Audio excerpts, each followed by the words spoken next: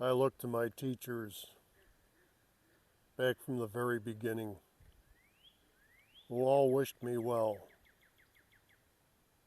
who wished me to learn, who inspired me to dwell on their teachings.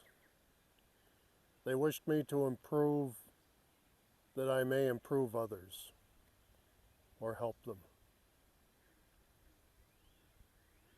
To my teachers I bow. Harmony. This is the Paladin channel.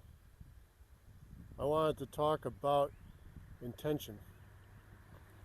Intention is a crucial thing in the world, in what we do and what we aspire to do, how we work here.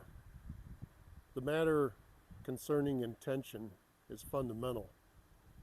How often, I reflect, have I gone out there without the slightest intention and things happen willy-nilly, and then there's consequences because I do not follow through with anything proper. No propriety, no idea about cause and effect.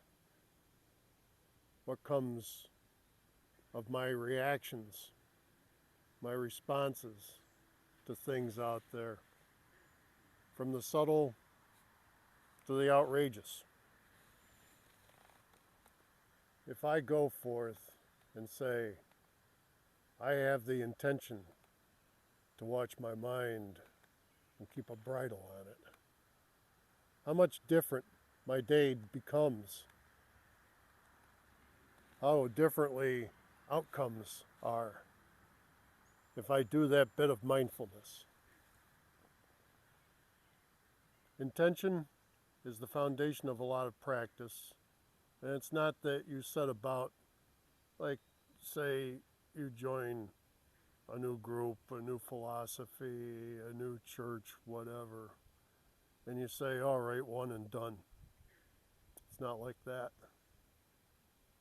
It's as continuous as time, as breathing, to set these intentions, to do the intentions.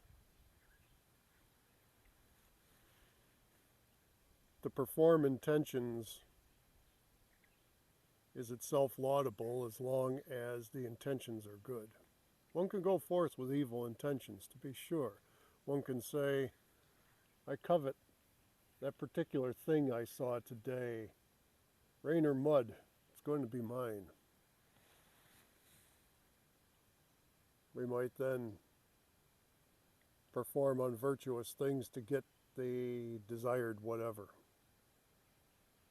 So, when we do intentions, we're sure to observe the best in ourselves.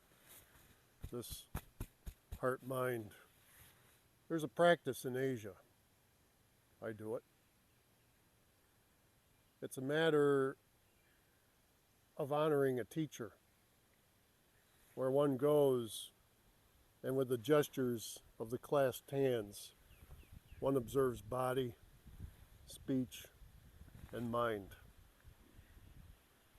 Why is not mind up here?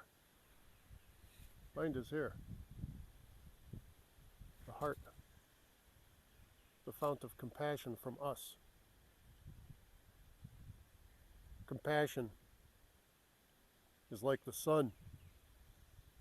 Love, its rays. Compassion, our essence and source. What we do in its light will be the compassion as action. If we do that, if people did that, if people mindfully did that, if they did that with intention, this changes everything.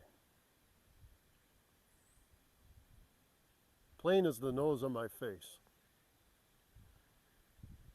This is what I wish to forward.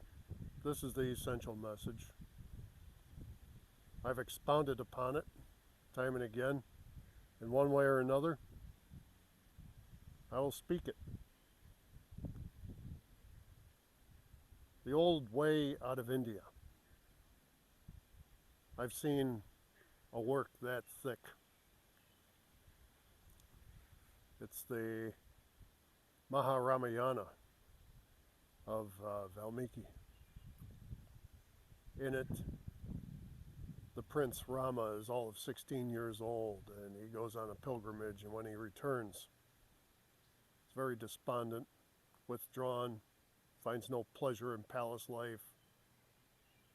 His relatives, his friends, his enjoyments, nothing to him anymore. And the sages, including Valmiki, say, let us bring Rama to a meeting. We'll talk to him and see what his problem is.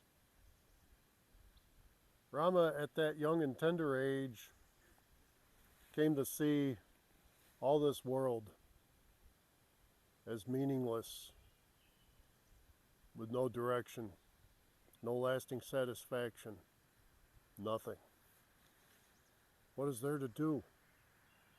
Why should I engage in an enjoyment? Why should I go and do this, that, and the other thing?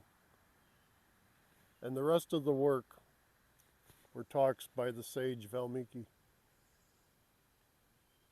saying, "Oh Rama, things are this way because of a mistake on our part. We have mistaken this for that. What we behold and our perception of it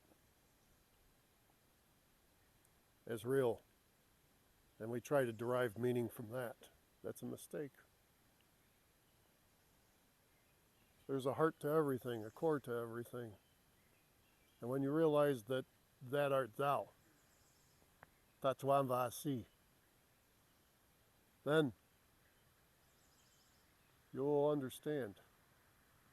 And so he had tales of many beings in many realms, from low beings, hell beings, humans, insects, gods, demigods. The rest of the volume were relations to reinforce that. The one idea, said again and again and again, to bring home this point. Perhaps one story was insufficient. Perhaps out of 100 stories, one would connect.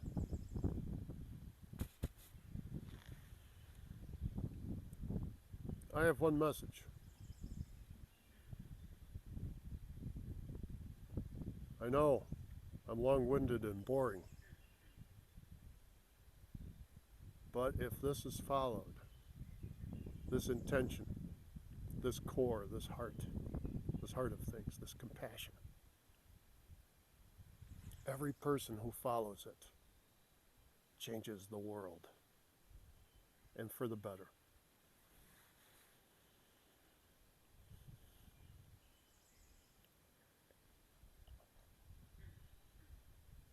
May you be motivated to do so.